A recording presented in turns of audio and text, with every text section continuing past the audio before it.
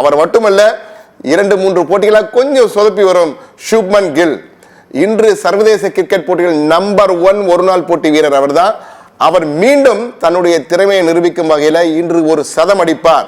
இந்திய ஓபனர்களே இன்று மிக சிறப்பான சம்பவத்தை, தரமான சம்பவத்தை செய்ய போகிறார்கள் என்பது என்னுடைய பலமான நம்பிக்கை.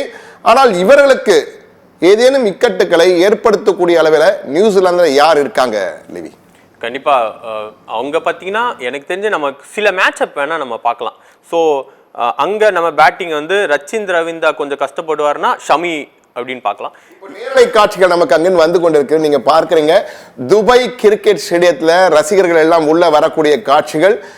தற்பொழுது நியூசிலாந்து அணிக்கும் சப்போர்ட்டர்ஸ் இருக்காங்க அப்படின்னு சொல்றாங்க. ஆனா நீங்க பார்க்கலாம் விரல் விட்டு எண்ணக்கூடிய அளவில் தான் இருக்காங்க. அங்கே ஒட்டுமொத்த தெற்காசிய பகுதியில் உள்ள மக்கள் எல்லாருமே இந்தியாவுக்கு சாதகமான ஆதரவாளர்கள் தான் வரப்போகிறார்கள். பார்க்கலாம் நீல அலை வந்து கொண்டிருக்கிறது. அந்த நீல சட்டையை பார்க்கும் போதே தெரியும் உங்களுக்கு அங்கு இந்திய அணியின் ஆதரவு எந்த அளவு இருக்கிறது. நேரலை காட்சிகள் நமக்கு அங்கிருந்து வந்து கொண்டிருக்கின்றன. தற்பொழுது தாடியிலே இந்திய பூவர்ண கொடியை வரைந்து கொண்டிருக்கிறார் ஒருவர். இது போன்று இந்திய ரசிகர்கள், தீவிரமான ரசிகர்கள் என்பது மிக தீவிரமான ரசிகர்கள் என்று சொல்வார்கள், அப்படி கூட சொல்லலாம் அவங்கள. அப்படிப்பட்ட ரசிகர்கள் இருக்காங்க. எங்கு நோக்கினும் நீல வண்ணம், நீல ஜெர்சி அணிந்து கொண்டுதான் தற்போது வந்து கொண்டிருக்கிறார்கள்.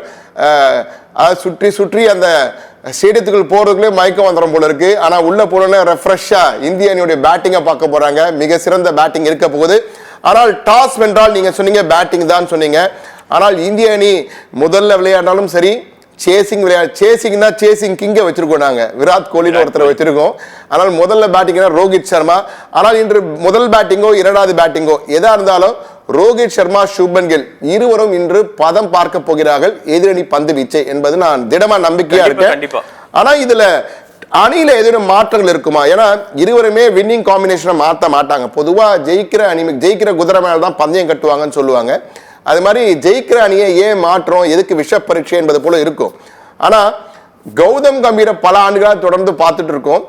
ரோஹித் சர்மா வந்து பொதுவா ரிஸ்க் எடுக்க மாட்டாரு. ஆனா கௌதம் கம்பீருக்கு ரிஸ்க் எடுக்கிறது ரஸ்க் சாப்பிட்ற மாதிரி தான். அவரு அடிக்கடி எதையாவது பாட்டு எதிரணியை உளவியலா விளையாடி ஜெயிக்கக்கூடியவர் அவர். ஏன்னா ஆஸ்திரேலிய அணியை நம்ம தோற்கடிச்சது அரையிறுதியில் பார்த்தீங்கன்னா உளவியல் ரீதியாக பல அழுத்தங்களை கொடுத்து ஜெயிச்சோம் நம்ம. அதே போன்று ஏதேனும் மாற்றங்கள், அதிரடி மாற்றங்கள் இருக்குமா? ரிஷப் பந்த் வருவாரா, இல்ல திடீர்னு ஹர்ஷ்தீப் சிங்கை உள்ள கொண்டு வந்து குல்தீப் யாதவ் உட்கார வச்சிருவாங்களா? இதே மாதிரி ஏதேனும் மாற்றங்கள் எதிர்பார்க்கலாமா? கண்டிப்பா இன்னைக்கு பிளேயிங் 11 பொறுத்த வரைக்கும் 99.9% வந்து மாற்றம் இருக்க வாய்ப்பே இல்லை.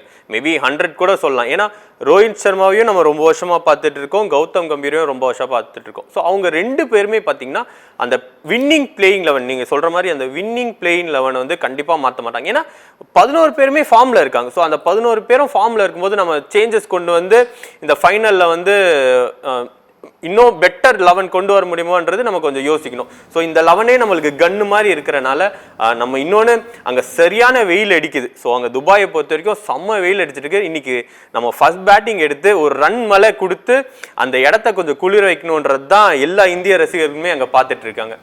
நிச்சயமா அதுல ஒன்றும் மாற்று கருத்து இருக்க போறது. ஏன்னா அந்த அளவுக்கு நீங்க சொன்ன ஒரு பாயிண்ட்டை முழுமையா, அதாவது மகிழ்ச்சியா நான் ஏற்றுக்கொள்கிறேன். என்னன்னா 11 பேருமே ஃபார்ம்ல இருக்காங்க. இவர் ஃபார்ம்ல இல்ல இந்த போட்டியில் அப்படின்னு சொல்லவே இல்லை. ஏன்னா எல்லோரும் ஒரு போட்டியில் ஏதாவது ஒரு போட்டியில் மிக சிறப்பாக விளையாடி இந்திய அணியுடைய வெற்றிக்கு பலமா இருந்திருக்காங்க. அந்த வகையில் இந்திய அணி மிக சிறந்த ஒரு ஆட்டத்தை கொடுக்க போறாங்க. இதுல ஏதாவது சர்ப்ரைஸ் எலிமெண்ட்டை நீங்க என்ன எதிர்பார்க்குறீங்க? இன்னைக்கு இவர் தான் கேம் சேஞ்சர். நேற்று நம்ம சொன்ன மாதிரி நேற்று கிட்டத்தட்ட 24 மணி நேரம் ஆகிவிட்டது. எனவே இன்று இந்திய அணியோட கேம் சேஞ்சரா யார் இருக்க போறாங்க? கண்டிப்பா ரோஹித் சர்மா அண்ட் கில் தான். எனக்கு தெரிஞ்சு அதுல மாற்று கருத்தே இல்லை. ஏன்னா கொஞ்சம் மேட்சஸாவே அவங்க சரியா விளையாடலாம். மேபி அதை அவங்க வந்து பதுக்கி வச்சிருக்கலாம். ஸோ இந்த ஃபைனல்ல அவங்க வெளிக்கொண்டு வர்றதுக்காக. இன்னும் போலிங்கை பொறுத்த வரைக்கும் நம்ம வருண் சக்கரவர்த்தியும் ஷமியும் கண்டிப்பா அந்த 4 பேர் தான் ஒரு எக்ஸ் ஃபேக்டரா இன்னைக்கு மேட்சில். நியூசிலாந்து அணியோட எக்ஸ் ஃபேக்டரா யார் இருப்பாங்க? கண்டிப்பா நம்மளுக்கு எப்பவுமே ஒரு எக்ஸ் ஃபேக்டர் கேன் வில்லியம்சன் தான். இன்னொன்னு நான் இன்னைக்கு என்னமோ டாம் லத்தாம் கொஞ்சம் நம்மளுக்கு டஃபா இருப்பாரோ, ஏன்னா அவருமே ஒரு நல்ல ஃபார்ம்ல இருக்கார். ஸோ இந்த 2 பேட்ஸ்மேனுமே நம்மளுக்கு கொஞ்சம் டஃபா இருக்க வாய்ப்பு இருக்கு இன்னைக்கு. அதாவது இன்றைக்கு ஆல்ரவுண்டிங் இவர் தான் இந்த போட்டியை ஜெயிக்க போற, இவரால் தான் இந்த ஃபைனல்ஸே மாறுச்சுன்னு சொல்ற மாதிரி ஏதேனும் ஒரு எக்ஸ் ஃபேக்டர் எல்லாம் சொல்றாங்க. நம்ம ஏன் எக்ஸ் ஃபேக்டர், இந்த வின்னிங் ஃபேக்டரா இருக்க போறது யார்? கண்டிப்பா ரோஹித் சர்மா தான். இன்னைக்கு என்னோட ஃபுல் கான்சென்ட்ரேஷன் வந்து ரோஹித் சர்மா மேல தான் இருக்கு. ஏன்னா எப்பவுமே வந்து ஒரு சீரீஸ் எடுத்தாலே வந்து ஏதோ ஒரு செஞ்சுரி போட்டுருவார். மேபி அது இந்த டோர்னமெண்ட்ல இன்னும் கொஞ்சம் மாசமாவே அது நடக்கல. ஸோ மேபி நீங்களும் தொடர்ந்து அதை சொல்லிட்டே இருக்கீங்க. இன்னைக்கு அவர் தான், நானுமே அதை நம்புறேன், இன்னைக்கு அவர் தான் செஞ்சுரி அடிக்க ஒரு டர்னிங் பாயிண்டா. ரோஹித் என்ற கோஷம் அந்த துபாய் சர்வதேச கிரிக்கெட் மைதானத்தில் எதிரொலிக்க போகும் நேரம் வெகு தொலைவில் இல்லை. இன்னும் கொஞ்ச நேரத்தில் எதிரொலிக்கும் என்ற நம்பிக்கையோடு இருக்கலாம். எனக்கு தெரிஞ்சு இன்றைக்கு அவர் பேட்டிங்ல அடிச்சாலும் ஓகே, இல்ல கோப்பையை ஜெயிச்சாலும் ஓகே, ரெண்டுமே நடக்கணும் என்பதுதான் என்னுடைய ஆசை. என்ன ஆசை மட்டும் இல்ல, ரசிகர்களின் ஆசையும் அதான் நினைக்கிறேன். இருந்தாலும் கடைசியா அந்த ரேபிட் ஃபயர் மாதிரி நம்ம கிட்டத்தட்ட நிறைவை நோக்கி வந்து கொண்டிருப்போம். மேட்சுக்காக எல்லாரும் தயாராகிட்டு இருக்காங்க, டாஸ் போட போறாங்க, எல்லாம் அந்த ஆர்வம் எல்லாம் தற்போது துபாய் நோக்கி சென்று கொண்டிருக்கிறது. நேர்களே, மிக முக்கியமான செய்தி ஒன்றை நான் சொல்ல விரும்புகிறேன். கிரிக்கெட் குறித்த உடனுக்குடன் அப்டேட் எல்லாம் நம்முடைய இணையதளத்தில் தொடர்ந்து வந்து கொண்டிருக்கும் சத்தியம் டிவி இணையதளத்தில் யூடியூப்ல பாருங்க, ஃபேஸ்புக்ல பாருங்க, இன்ஸ்டாகிராம், ட்விட்டர், நீங்க எந்த சமூக வலைதளத்தினாலும் நாங்க அங்க இருக்கோம், நீங்க எங்க பார்க்கலாம். தொடர்ந்து கிரிக்கெட் தொடர்பான இந்த இறுதிக்கோப்பை தொடர்பான தொடர்ந்து அப்டேட்ஸ் வந்து கொண்டே இருக்கும். அது மட்டுமல்ல, ரசிகர்களுடைய உடனுக்குடன் ரியாக்ஷன்ஸ் அதுவும் உங்களுக்காக நாங்கள் கொடுக்க இருக்கிறோம். சிறப்பு ஏற்பாடுகளை செஞ்சிருக்கோம், தொடர்ந்து பார்த்து கொண்டே இருங்க. தற்போது உங்களுடைய கடைசி கேள்வி அவங்க கிட்ட வரேன். ரேபிட் ஃபயர் தான் அது. இன்று பிளேயர் ஆஃப் த மேட்ச் யாரு? ரோஹித் சர்மா தான். வின்னர் ஆஃப் த மேட்ச் யாரு? Varun Chakravarthy. Winning team of the match யாரு? வின்னிங் டீம் இந்தியா தான். இந்தியா. மாற்று கருத்து இருந்தீங்க? கண்டிப்பா மாற்று கருத்தே இல்லை. ஏன்னா நம்ம இவ்வளவு நேரமே பேசினதே அதே தான், கன் 11 வச்சிருக்கோம். ஸோ அதனால நியூசிலாண்டுக்கு மேபி நேற்று 50-50 சொன்னேன், பட் இன்னைக்கு கொஞ்சம் சேஞ்சஸ் என்னோட பெர்சன்டேஜில் வந்திருக்கு. ஒரு 75-25 தான். ஏன்னா நியூசிலாந்து கொஞ்சம் டவுனாக இருக்காங்க. ஏன்னா அங்கே நம்ம க்ரௌடு பார்க்கும்போதே தெரியுது, இந்தியா அந்த ஒரு ப்ரெஷர் மேபி அவங்க வெளியே காட்டலனாலுமே அந்த ப்ரெஷர் கொஞ்சம் அவங்களுக்கு வர வாய்ப்பு இருக்கு. ஸோ இந்தியா தான் கப்பை தூக்குறதுக்கான 75% இப்போதைக்கு நம்ம சொல்லலாம். அதே மாதிரி இந்த பிளேயர் ஆஃப் த டோர்னமெண்ட் யாருக்கு கொடுக்க போறீங்க நீங்க? கண்டிப்பா ஆல்ரெடி நம்மளுக்கு வருண் சக்கரவர்த்தி தான் கொஞ்சம் டாப்ல இருக்காரு. மேபி வருண் சக்கரவர்த்தி இல்ல அப்படின்னா ஷமி. சோ இந்த bowling காம்பினேஷன் தான் maybe player of the match. Virat கோலிக்கு வாய்ப்பு இல்ல நினைக்கிறீங்களா? விராட் கோலிக்கு வாய்ப்பு இந்த மேட்ச்ல ஒரு 50 அடிக்கிறதா வெச்சுங்க.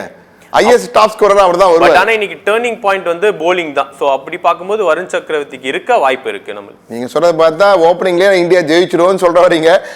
சற்று வித்தியாசமா கேப்போம், இன்னைக்கு ரன்னர் அப்பா வர போறது யார் ரவி? நியூசிலாந்து. ஏங்க நியூசிலாந்துக்கு சப்போர்ட் பண்ண ஆளே இல்லையான்னு கேட்காதீங்க. ஏன்னா புள்ளி விவரங்கள் வந்து நமக்கு ஆதரவா இருக்கு.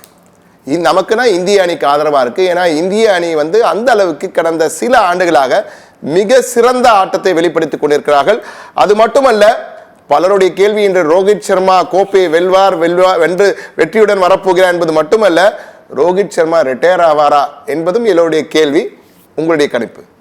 கண்டிப்பா ரிட்டையர் ஆகுறதுக்கான வாய்ப்பு ரொம்பவே அதிகம் தான். So maybe Rohit and Jadeja, Kohli, ஏன்னா லாஸ்ட் T20 கப்பை தூக்கிட்டு தான் அவங்களோட ரிட்டையர்மெண்ட்டே அனுபவிச்சு. ஸோ அந்த மாதிரி இன்னைக்குமே அந்த கோப்பை லிஃப்ட் பண்ணிட்டு ஒரு கண்ணீர் மல்க ஒரு ரிட்டையர்மெண்ட் கொடுக்க வாய்ப்பு இருக்கு. நம்ம நிச்சயமாக கோப்பையுடன் விடைபெறுவாரா ரோஹித் சர்மா, அல்லது கோப்பையுடன் நாட்டுக்கு வந்து மீண்டும் தொடர்ந்து விளையாடுவாரா என்பதையெல்லாம் இன்னும் ஒரு 2-3 மணி நேரங்கள் நமக்கு கிட்டத்தட்ட தெரிய வந்துவிடும். ஆனால் எது எப்படி இருப்பிடும், இந்திய அணி வெற்றி பெற போகிறது என்பதற்கான அந்த ஸ்பீடா மீட்டர் என்பதில் வெற்றி மீட்டர் என்பார்களே, அந்த வின்னிங் மீட்டர் இந்தியாவுக்கு ஆதரவாக ஓடிக்கொண்டிருக்கிறது. தற்பொழுது கிட்டத்தட்ட லிவி 75-25 இந்தியாவுக்கு ஆதரவாக சொன்னாரு. என்னுடைய கணிப்பில் 90% இந்திய அணிக்கு வெற்றி வாய்ப்பு இருக்கிறது, 10% தான் நியூசிலாந்துக்கு. எனவே இந்தியாவா நியூசிலாந்தா, ஜெயிக்க போவது யார், வெல்ல போவது யார்?